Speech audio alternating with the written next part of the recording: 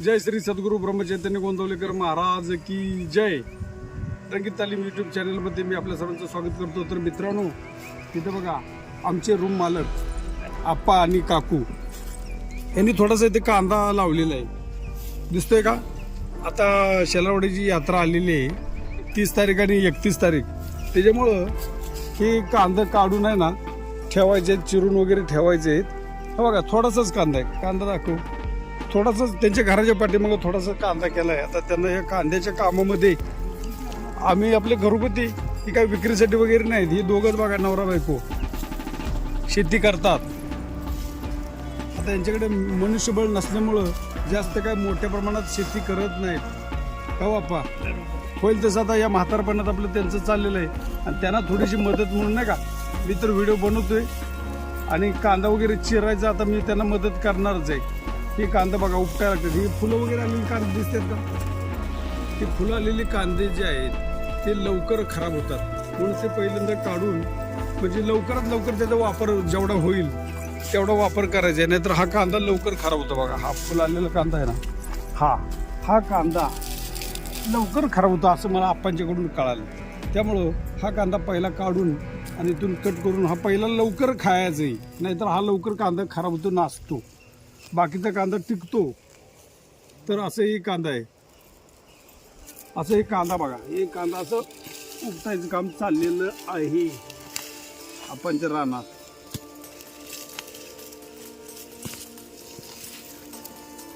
दिसतंय का?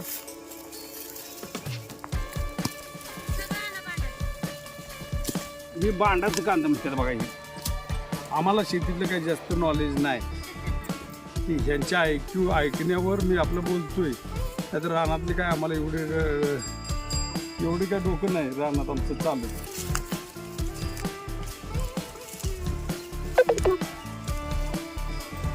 चार्जिंग सफाई लागलेला आहे.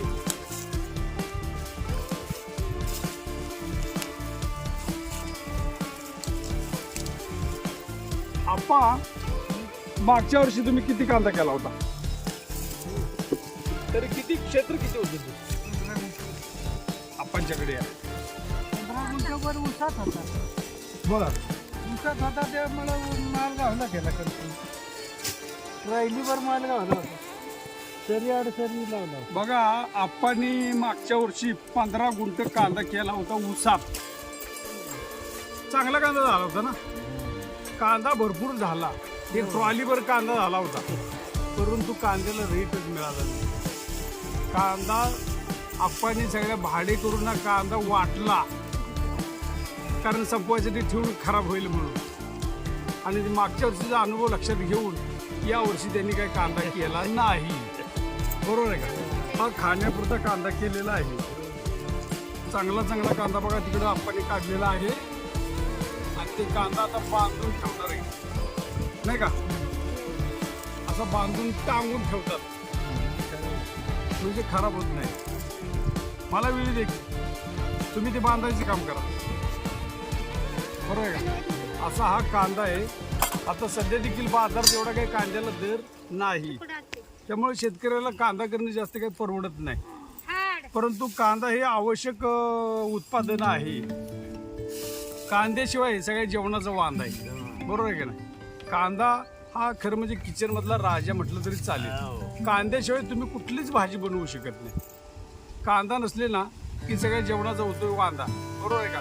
नुसतं कांदा असला तरी तुम्ही कांदा तेल चटणी भाकरी जरी खाल्ली तरी पोटभर जेवाल. म्हणजे एवढी या कांद्याची पॉवर आहे. कांद्याशिवाय कुठलाच पदार्थ बनवू शकत नाही. किचन रूम मध्ये कांदा, ह्याला कांदा म्हणजे जेवणातला राजा म्हटलं तरी चालेल. खाऊ आप्पा. आप्पा लसूण केलेलं काय झालं? काढला होई.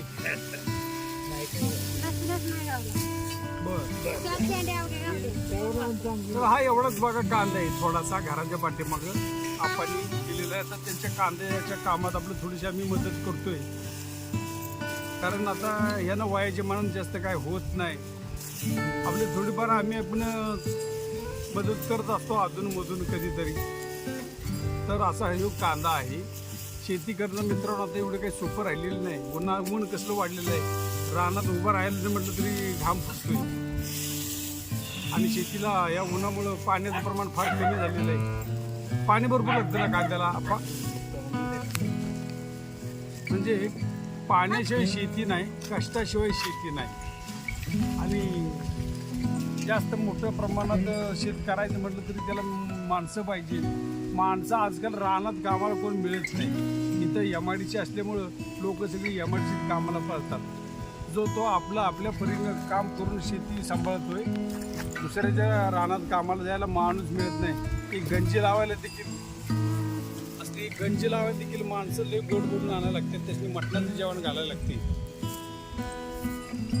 मटणाच्या जेवणाकडे बघून का होईना माणसं गंजी लावायला येतात.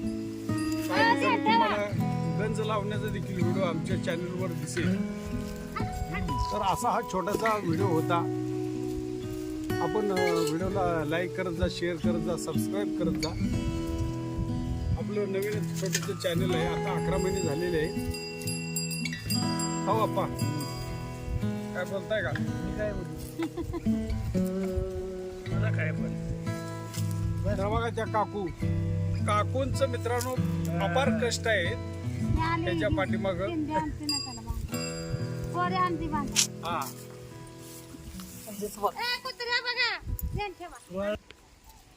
काय करायची? सुतळ आणायची. आणा की सुतळ घेऊन यायची. तर बघा हे असं कांदा मी कापू लागतोय. आपण मला सांगितलंय एवढी अंतर सोडून कापायचा. कारण कसं शेतीतलं नॉलेज जरा कमी आहे ना, त्याच्यामुळं बघा हे अशी थोडंसं जागा सोडून कांदा कापायला सांगितलेला आहे. कापायचं कांदा द्यायची आप्पा पुढे माझ्याकडे. बरोबर आहे ना? कसं आहे मी कष्टाला फार कडक माणूस आहे, लक्षात घ्या. हा बघा बरं, आप्पाने आता माझ्यासमोर ढीक दिलेला आहे आणि मी आता यांना मदत करतोय. तर मित्रांनो कांदा देखील शरीराला अपेक्षित आहे. कांद्या देखील औषधी गुणधर्म आहेत. ते काय गुणधर्म आहेत ते मला नाही माहीत, ते तुम्ही चेक करा. का हो अप्पा? पण कांद्यात औषधी गुणधर्म आहेत का हो? पूर्वीपासून लोक कांदा खातात. हा तर आपण नाही गुडघेदुखीचा त्रास आहे मित्रांनो. तर गुडघेदुखीवर चांगलं औषध असलं तर मला कमेंटमध्ये तेवढं लिहा, म्हणजे आपण मी सांगेन नंतर. हो तर आमचे हे रूम मालक आहे सर्जेराव घाडगे. बरीच वर्षी त्यांनी मुंबईला गिरणी कामगार म्हणून होती.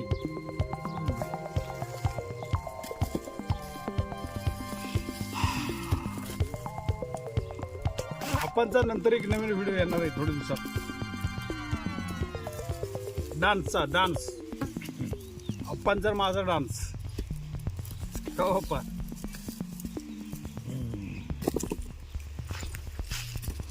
तर बघा आपणच्याकडे पहिली बैल होती. हा आपण 2 बैल होतीत ना. आता फक्त एक गाय आहे, एक वासरू आहे. दिसते का?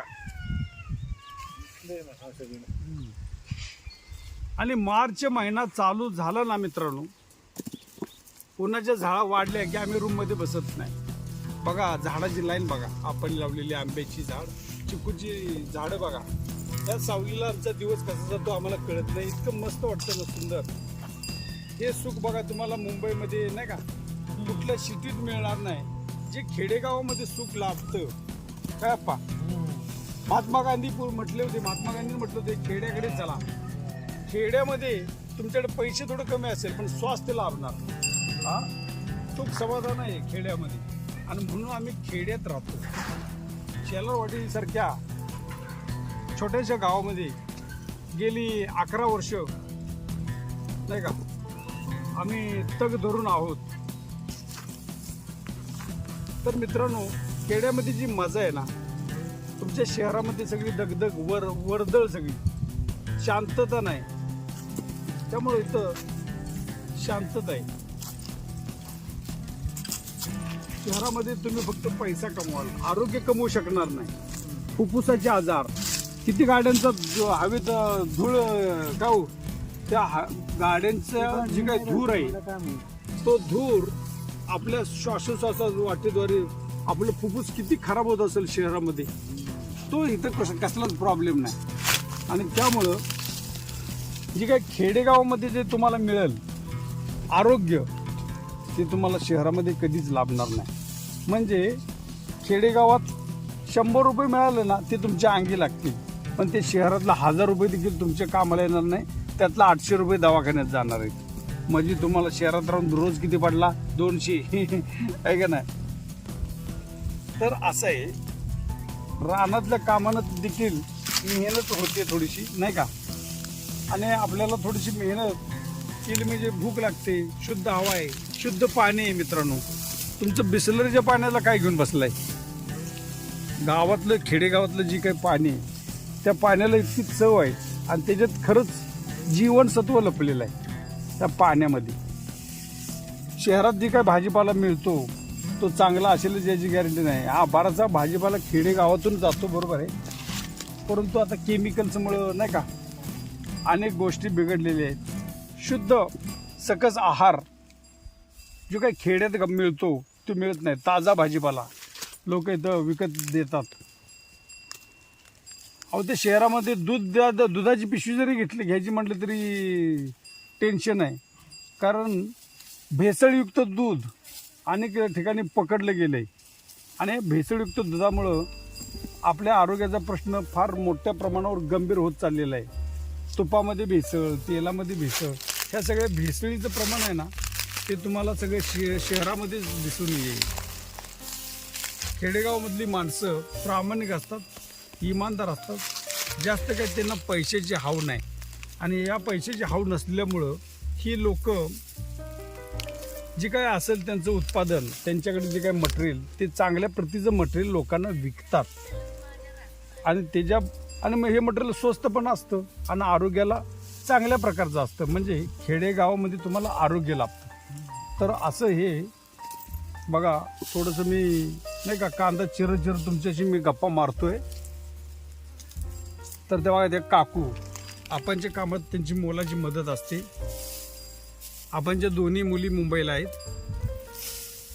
आपण मित्रांनो 2 जावई आहेत. आता जावईवरनं सांगतो, चांगला जावई मिळणं म्हणजे त्या माणसाचं भाग्यच म्हणायचं. आपणचे दोन्ही जावई निर्व्यसनी आणि नम्र, आपण आई वडिलाप्रमाणे जपतात. अहो आप्पा, बरोबर आहे का?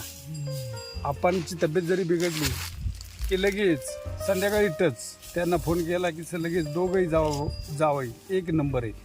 असेच जावई लाभणं म्हणजे आप्पांनी आणि काकूंनी कुठंतरी पुण्य केलेलं आहे असं मला वाटतं. एकदम विनम्र स्वभाव दोघांचाही, कुठल्या प्रकारचं मन दुखवलं जात नाही. आणि स्वतःच्या आईवडिलांची जशी सेवा करावी असे ते दोन्ही जावई आप्पांची आणि काकूंची सेवा करतात. हे आम्ही स्वतः डोळ्यांनी पाहिलं. काय बरोबर आहे की नाही आप्पा? आप्पा, तुम्ही हे जावई शोधताना म्हणजे काय पार केलं? तुम्हाला कशावर समजलं की दोन्ही जावई चांगलेच आहेत? नशीबच म्हणाले. आपण काय बघितले काय राहिलं त्यांच्याकडे, म्हणजे काय त्याचा काय फॉर्म्युला असेल तर आम्हाला सांगा. आमका म्हणजे बाबा हा मुलगा खरोखर चांगला आहे, निर्व्यसनी आहे, माझ्या मुलीला चांगल्या प्रकारे नाही का सांभाळेल, हे तुम्हाला म्हणजे काय कसं काय ओळखता, कसं काय जाणता, म्हणून तुम्हाला ते विचारतोय नाही का. कारण आपणचं दोन्ही जावई खरंच मित्रांनो, हा मी काय विनोदाचा भाग वगैरे काय नाही, आज सिरियसली विषय सांगतो की आपणचे दोन्ही जावई देवगुणाचे आहेत. त्यांचं कुठलं गाव? आपण दोघांची गावांची नाव सांगा जावयांची. दरेवाडी, पानस, दरेवाडी तालुका वाईचे एक जाव आहे, त्यांचं म्हणजे धाकटे जाव आहे नाही का. आणि थोरले जाव आहे कुडाळ. कुडाळचा तालुका कुठला? जावली. जावली तालुक्यात कुडाळ. तर संतोष चौधरी थोरले जाव आहे. आणि धाकटे जावयांचं नाव काय? प्रवीण राजपुरे, हे धाकटे जावई आहेत. तर असे दोन्ही जावई या व्हिडिओच्या माध्यमातून काय सांगायचं तर यांचा म्हणजे ते जावई म्हणजे आधार आहे. आता ते मुंबईला असतात कामानिमित्त नाही का. आम्ही आपलं त्यांच्या शेजारी आपले आहे आणि अधूनमधून आपलं त्यांच्या कामातने आपलं लक्ष देतो, त्यांच्याकडे आपलं लक्ष देतो, आमच्या परीने त्यांना सहकार्य करतो. तर असे हे आमचं जीवन शेलारवाडीमध्ये चाललेलं आहे. तर हा व्हिडिओ आवडल्यास एकदा शेअर करा, लाईक करा, सबस्क्राईब करा आणि रंगीत तालीम यूट्यूब चॅनलचे व्हिडिओ आपण पाहत जा आणि आम्हाला सहकार्य करत जा. धन्यवाद.